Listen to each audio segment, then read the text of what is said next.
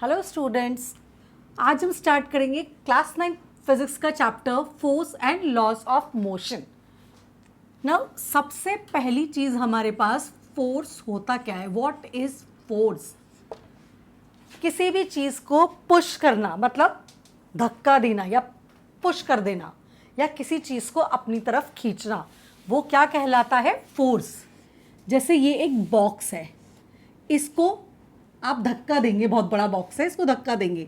एक सिंपल सा एग्जांपल, रास्ते में गाड़ी रुक जाती है, हम उसको धक्का देते हैं, वो पुश है। वो क्या है हमारा? पुश। बैलगाड़ी है, बैल गाड़ी को खींच रहा है, वो हमारा क्या है? पुल। तो push and pulls are forces. Push and pulls are called forces. Force, तो फोर्स की डेफिनेशन क्या हुई? पुश और pull are known as forces. किसी भी चीज़ को खींचना या किसी भी चीज़ को धक्का लगाना।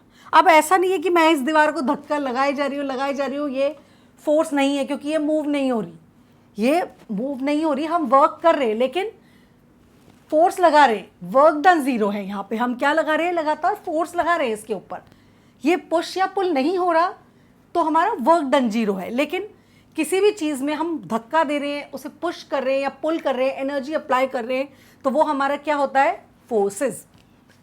अब अगर अपन देखें तो फोर्स कर क्या क्या सकता है? Effects of forces. अब डेली लैंग्वेज में हम बहुत सारी चीज़ें देखते हैं जो बिना फोर्स अप्लाई किए नहीं हो सकती। सबसे पहला एग्जाम्पल, घर में जो रोटी बनती है, बेसिक सा एग्जाम्पल, या छोटा बच्चा क्ले से खेलता है, तो force can change shape of any object. Change shapes. Force क्या कर सकता है? किसी भी ऑब्जेक्ट का शेप चेंज कर सकता है। रोटी, आटे का बॉल लिया, उस पर फोर्स लगाया, शेप चेंज हो गया। बच्चे ने क्ले का बॉल लिया या क्ले का कुछ भी लिया आइटम, उसके ऊपर शेप लगा के अलग अलग फिगर्स बना लिए। तो force can change the shape of any object और एनी बॉडी। तो फर्स्ट इफेक्ट क्या हुआ आपके फोर्स का? Change of shapes. Second, force can change the state of motion और rest of any body. Force किसी भी ऑब्जेक्ट की मोशन, यानी चलते हुए ऑब्जेक्ट को रोक सकता है या रुके हुए ऑब्जेक्ट को चला सकता है।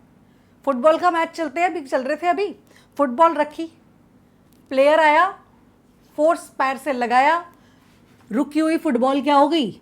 मूव होने लगी। यानी force can change the state of motion. Force रुकी हुई ऑब्जेक्ट को मूव कर सकता है। अब क्रिकेट की बॉल आ रही है, हमने कैच कर ली, कैच करते ही क्या होगा? फोर्स लगाया, वो बॉल रुक गई।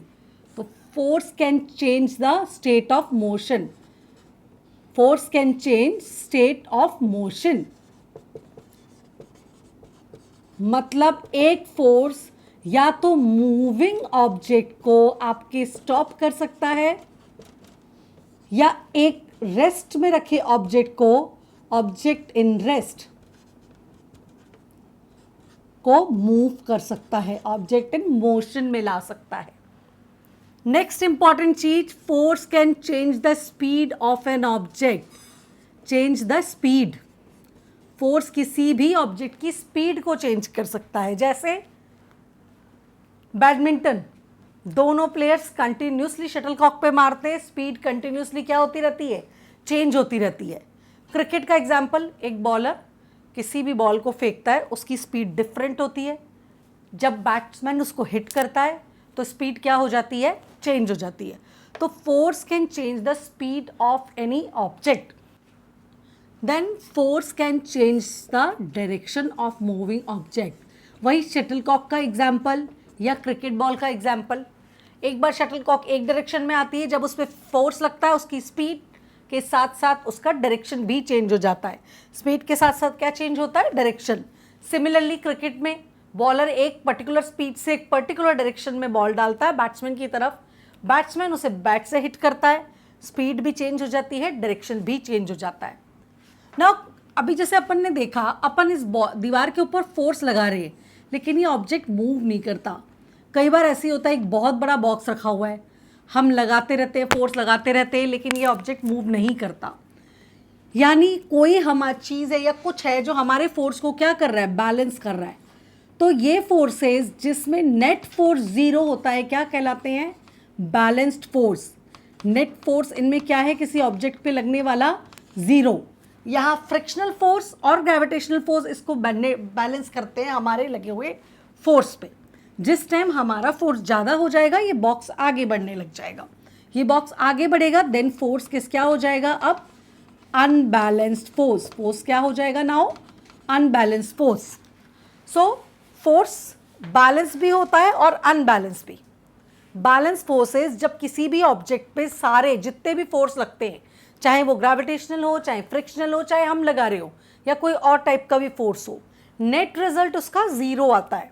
यानी वो ऑब्जेक्ट ना तो स्टेट ऑफ मोशन में चेंज होता है, ना उसकी स्पीड चेंज होती है, ना डायरेक्शन, ना शेप, यानी नेट रिजल्टेंट फोर्स जीरो है। वो फोर्सेस बैलेंस फोर्स कहलाते हैं। अनबैलेंस फोर्स जब रिजल्टेंट फोर्स जीरो ना होकर हमारा फोर्स ग्रेविटेशनल फ्रिक्शनल सब फोर्सेस को ओवरकम कर जाता है और वो ऑब्जेक्ट या तो डायरेक्शन चेंज हो जाता है, उसकी स्पीड मोशन कुछ भी चेंज हो जाता है, रेस्ट से मूव करने लग जाता है या मूविंग ऑब्जेक्ट स्टॉप हो जाता है, वो फोर्स क्या कहलाता है, unbalanced force. Then by definition balance force हमारा क्या हुआ, if the resultant of all the forces acting on a body is zero, it is said to be balance force. अगर आप ये छोटा सा डायग्राम एग्जाम में बना देंगे तो आपका स्कोरिंग पॉइंट्स बढ़ जाते हैं। जैसे एक बॉक्स है, ये एक हैवी बॉक्स है,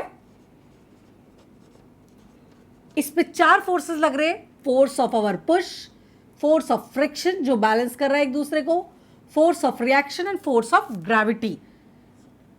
ये चारों फोर्स एक दूसरे को बैलेंस किए हुए हैं, so net resultant force is zero. Similarly, now unbalanced force. If the resultant of all the forces acting on a body is not zero, ये टॉय कार है हमारी,